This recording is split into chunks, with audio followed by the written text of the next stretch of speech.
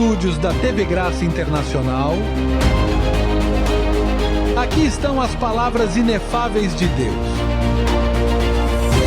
O Evangelho da Graça, dos lábios de Jesus Cristo, homem. Abba, Pai.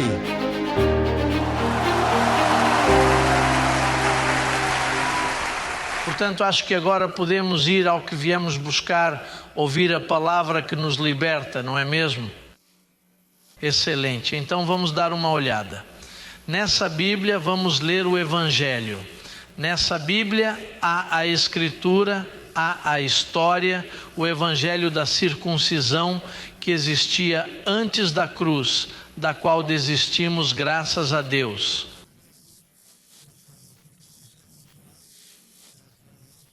Agora estamos no Evangelho que vem depois da cruz, da era que está por vir.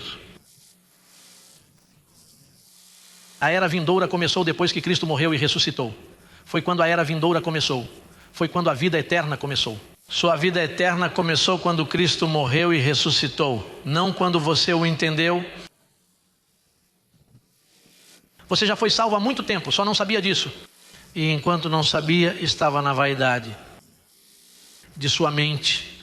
Então o que o Senhor fez foi iluminar seus olhos de entendimento, e você descobriu que Deus estava sempre com você, sempre. Em tudo, apesar da idolatria ou da ignorância em que você se encontrava, Deus estava cuidando de você. Eu me revelo a vocês desde cedo e manifesto o Evangelho a você. Ok, vamos lá então. O tópico de hoje é os efeitos das palavras. Os efeitos das palavras. Vamos dar uma olhada em Romanos capítulo 16. Romanos capítulo 16.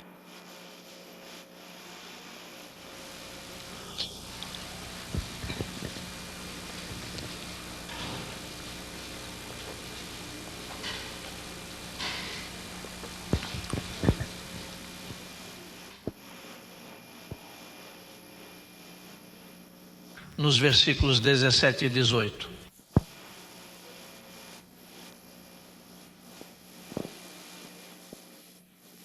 Diz: E rogo-vos, irmãos, que noteis os que promovem divergências e escândalos contra a doutrina que aprendestes, desviai-vos deles. Se você confia nisso, nos 34 anos em que tenho lido esse livro, ele está falando sobre os apóstolos, a circuncisão.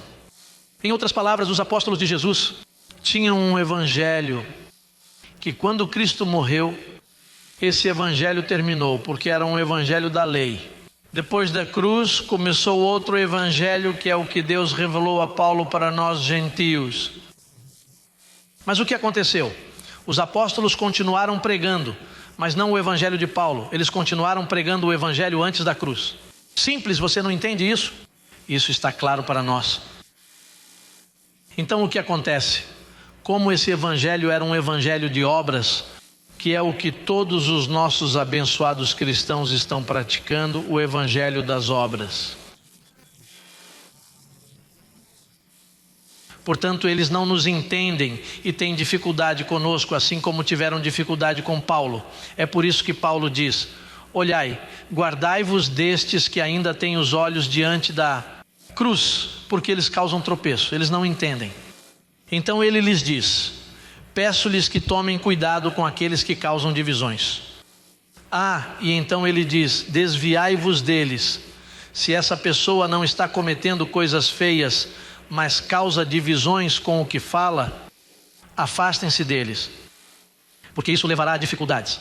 Essas são as pessoas religiosas. Essas pessoas religiosas que são ruins. Quando você está em falsidade, isso lhe dá raiva. Quando eles o beliscam um pouco, você começa a dizer que Jesus o ama, mas depois de um tempo você diz: vou colocá-lo no inferno, porque a lei produz raiva. Mas nós não o fazemos. Dizemos a você: Jesus Cristo o ama, e o abraçamos em silêncio, mesmo que você diga o que diz. Continuamos a dizer porque andamos em autocontrole. Embora não todos, em crescendo em graça também há pessoas difíceis.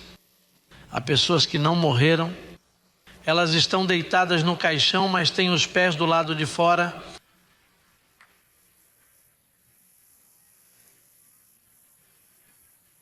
Querem sair?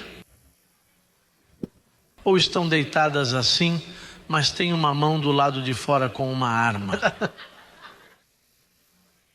Versículo 18. Versículo 18.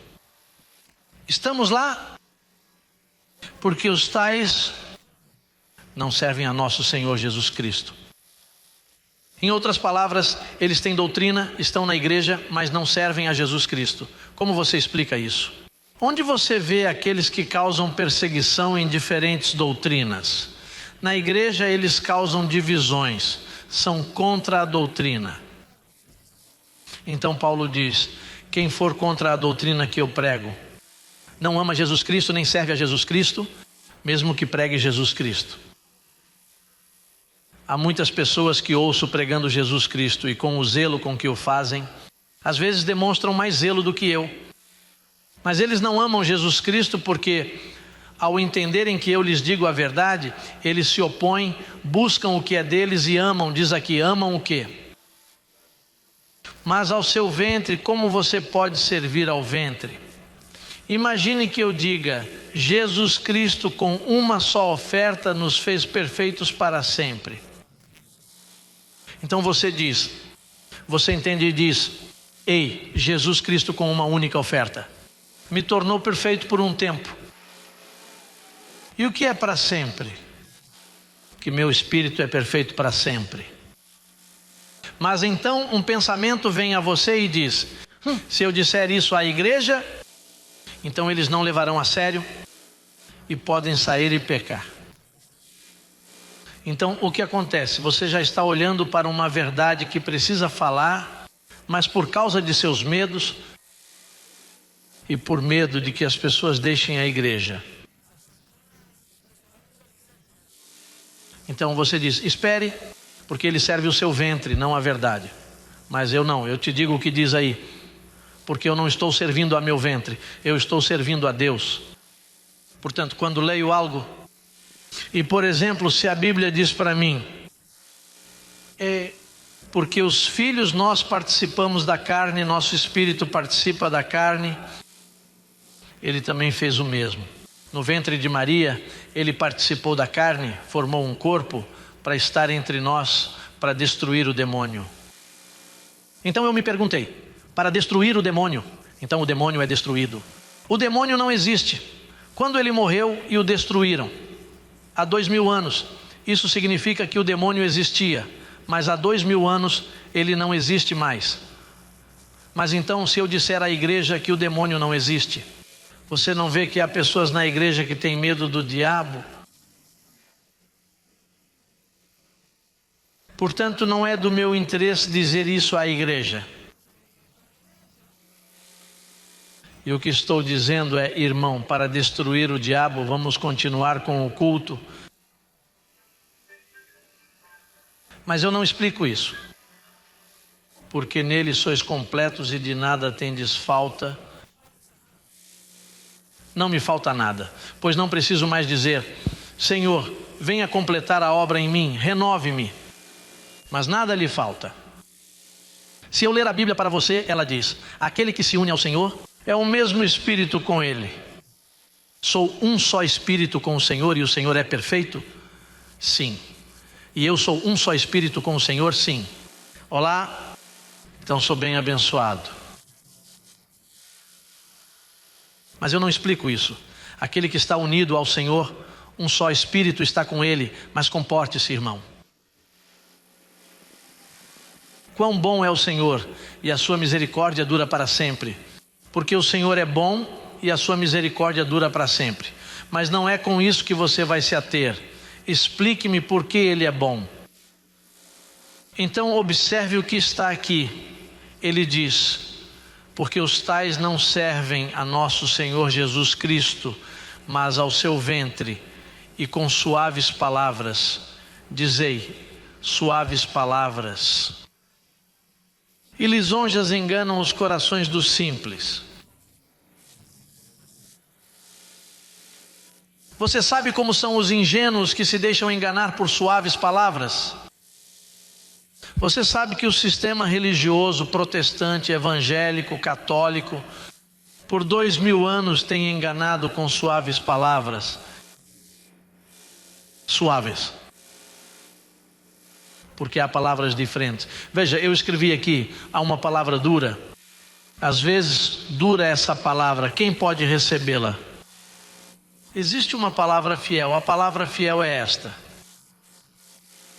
Existe uma palavra fiel, existe uma palavra cortante. Diz que a palavra do Senhor é mais cortante que qualquer espada de 2 gumes e ela perfura, é viva e eficaz e discerne as intenções do coração. Essa é a palavra de Deus. Quando ele começa a falar e você diz: ei, é verdade, estou errado e estou errado. Senhor, veja, isso não combina comigo, tenho que consertar essa situação, porque a palavra dele o cortou. Agora há também uma palavra firme. Ele diz que a palavra é uma âncora firme da alma. Uma palavra que o ancora, que o segura no meio da luta, a tempestade vem, mas você está como em um barco firme. Há palavras vazias. Ele diz que são palavras vazias que são ditas a você, mas não traz efeitos em sua vida. Você diz que estou na igreja há 10 anos e não aprendi nada. E como é que isso acontece? É muito fácil. Veja, por exemplo, eu já vi igrejas, aos domingos elas dizem a você: irmão, Deus é bom. Veja, Deus morreu por nós e nada pode nos mover. Amém. E todas as pessoas: ei, que coisa tremenda.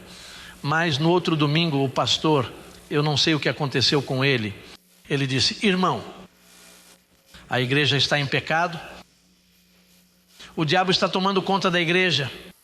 Então no domingo passado ele disse a você: Deus é poderoso, estamos firmes. Mas agora neste momento o diabo está tomando conta da igreja, entende? E então, irmão, a igreja está nas coisas do mundo. Deus não pode vir para um povo que é assim, deixar aqueles que são maus passarem. Mas então, 3 domingos atrás, eles lhe disseram que você permaneceu firme e que nada poderia afastá-lo do Senhor. Agora, neste domingo, eles estão lhe dizendo: cuidado. Portanto, essas são palavras vazias. Em outras palavras, eles o exortam, falam com você. Um dia dizem uma coisa, mas no domingo seguinte mudam. E você passa 10 anos nessa igreja. E você vive inseguro. Uma insegurança começa a surgir. Ei, estarei seguro? Você passa seu tempo na igreja, noite e dia, será que serei salvo? Eu acredito que se Cristo vier eu fico. Portanto, uma palavra suave significa, é uma palavra, número 1, que não renova a sua mente.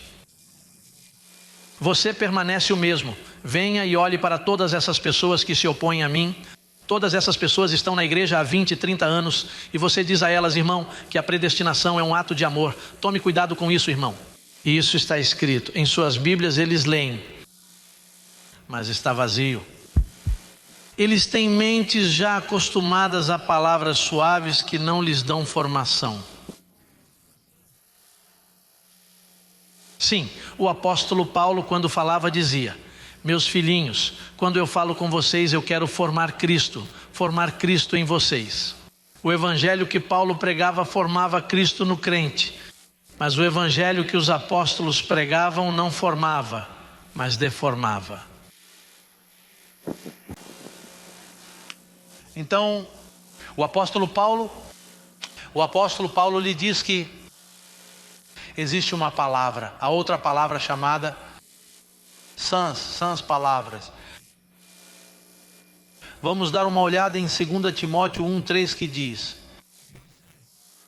conserva o modelo das suaves palavras.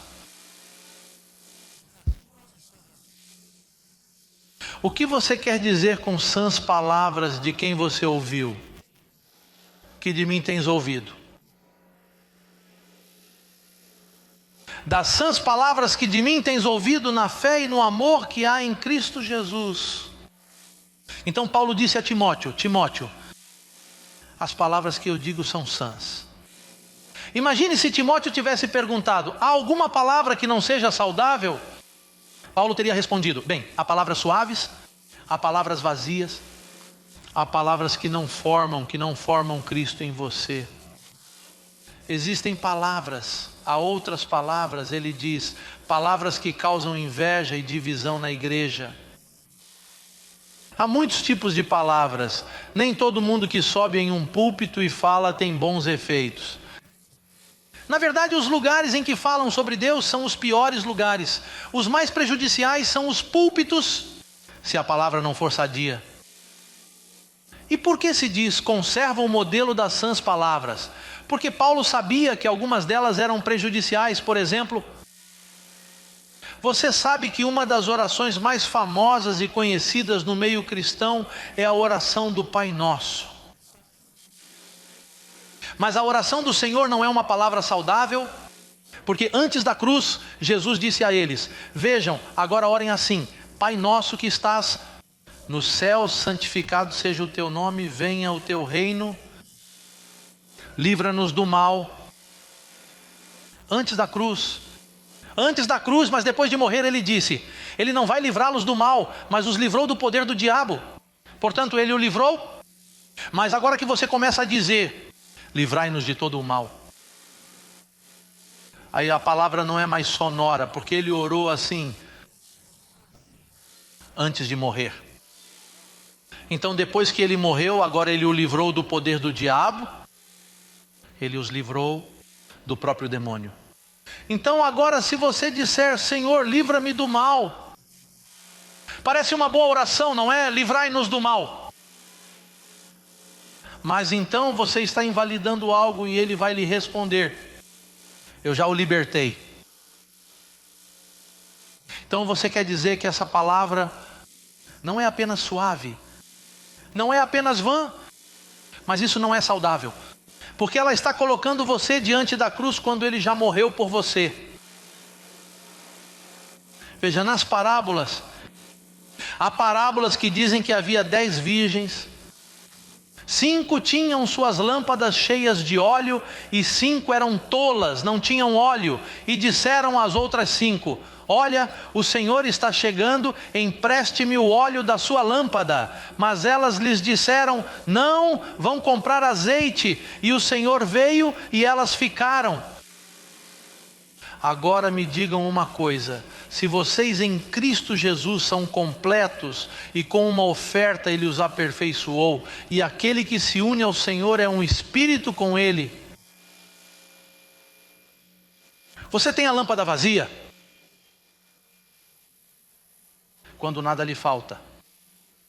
Se você confessou, Jesus me livrou do poder do diabo, e o que dizer de um pregador que diz a você, irmão, há pessoas aqui cujas lâmpadas estão vazias, procure óleo.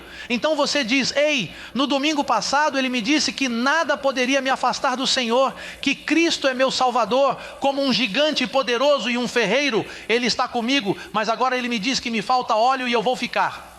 O que aconteceu? Aquele pregador estava falando com você antes da cruz, porque Jesus disse isso. E o que importa é que Jesus tenha dito isso. Jesus falou muitas palavras que não eram saudáveis para esta aliança.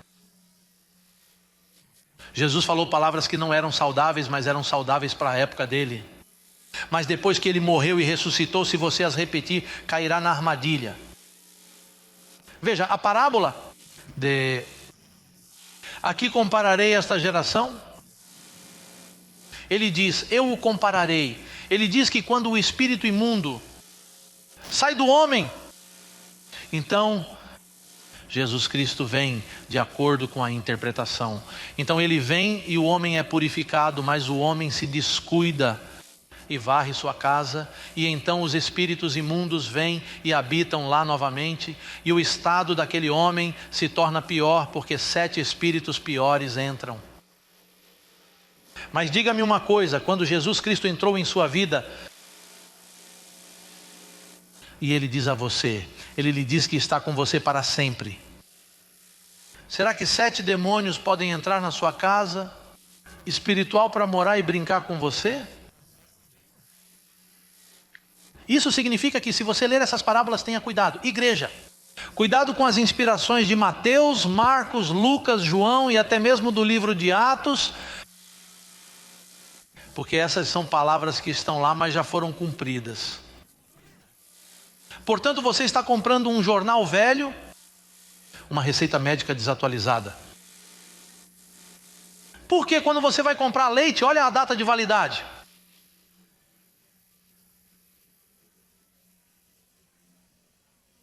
Eu viajo muito e compro leite, mas depois fico fora por 4 ou 5 dias e quando volto vejo que o leite está fora da validade. Está atrasado. Sinto o cheiro, Então eu o jogo fora. É preciso observar a data de validade, porque se não o fizer, imagine só. E é assim que a igreja está, você vê, usando receitas desatualizadas, conselhos antigos.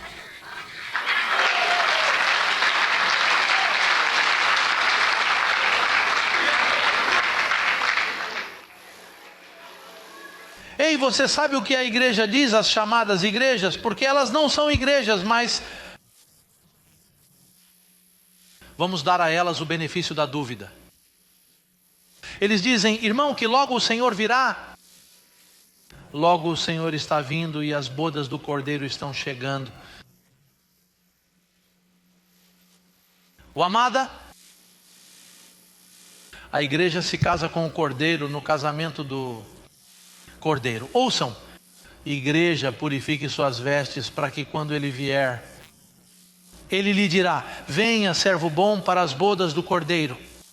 Eles estão esperando o casamento agora. Mas você sabe quando foi esse casamento? Há 2000 anos. O texto diz que Cristo se entregou pela igreja para apresentá-la a si mesmo, vestida, limpa, pura e imaculada, sem ruga e sem mancha, assim é a igreja do Senhor.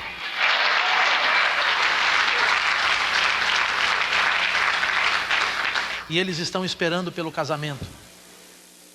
Ei, eu não sei. Eles estão vindo para um casamento.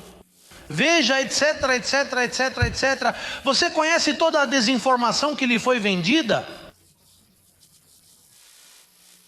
Você não consegue ver que a chamada igreja tem um ouvido doente? O ouvido está cheio de informações ruins. Veja, eu falo tão claramente.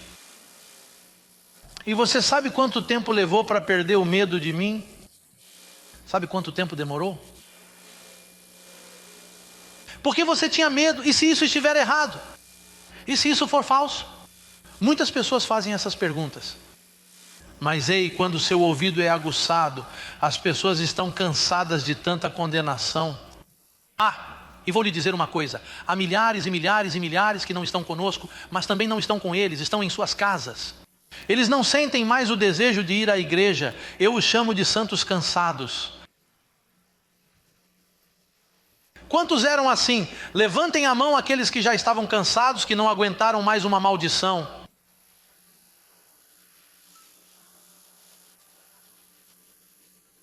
Santos cansados? Eles não aguentam mais ser maltratados por esses pastores. E sempre com a mesma história, irmão, vamos dar uma olhada no livro de Malaquias. E lá eles os chamam de ladrões. Veja, vamos procurar tal e tal profeta. Ou às vezes você os vê falando sobre Paulo e você diz, eles vão falar sobre Paulo, mas então eles dizem, vamos para Deuteronômio. Então eles o convidam para jantar, olha, venha ter uma refeição fresca para você, e quando você chega lá, é um desses restaurantes de fast food. Eu pensei que havia um pouco de arroz com feijão, um bife com cebola e alguns patacones. Mas veja, servimos hambúrguer com batatas fritas cheias de óleo.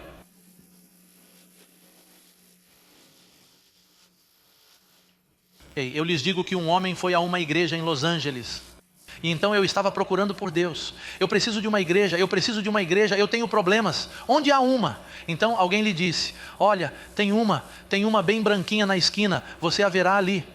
E ele disse, finalmente me encontrei com o Senhor. E foi se sentar e era uma quarta-feira.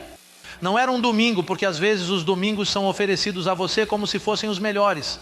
Era quarta-feira, a casa estava fechada, a família estava lá. Portanto, o grupo era menor e havia um culto de oração. Então o pastor disse, irmão, vamos apresentar as petições. Ele perguntou, há alguma petição? E uma senhora se levantou e disse: ó pastor, ore pelos meus filhos, não aguento mais essas brigas constantes que eles têm em minha casa. Eu os eduquei e criei, mas eles brigam o tempo todo, por favor, ore por eles. E ele disse: sim, irmã. Quem mais tem um pedido? Irmão, meu casamento está em ruínas. Porque esses são pedidos, esse é o momento de mencioná-los. Com extrema sinceridade as pessoas fazem seus pedidos. Vamos ver aqui quais são os pedidos. Qual é o pedido do outro? Irmão, veja. Ore pela igreja porque há divisões. Quando você prega aos domingos, eles vão ao banheiro e começam a falar. Você os ouve dizer: temos que orar pelo nosso pastor. E então o diácono se levanta e diz: olhe, acho que isso está acontecendo. Não aguento mais isso, vou ser demitido do meu emprego, estou indo mal em tudo, tiraram meu carro de mim. Ei, e aquele homem que foi até lá, e então o pastor parece tê-lo visto e disse: ei, temos uma visita aqui. Por favor, diga no seu nome. Não, veja, eu vou embora.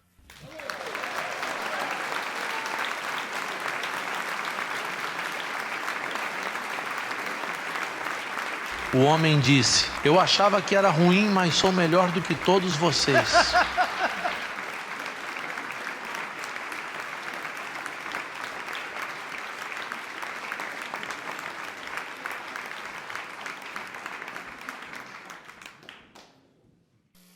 Para concluir, fé é a certeza de quê?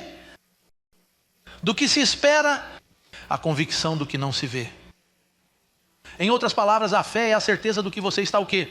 Esperando, e a convicção de que virá. Não é visto, você está esperando, e a convicção de que virá, certo? Ei, vamos nos levantar.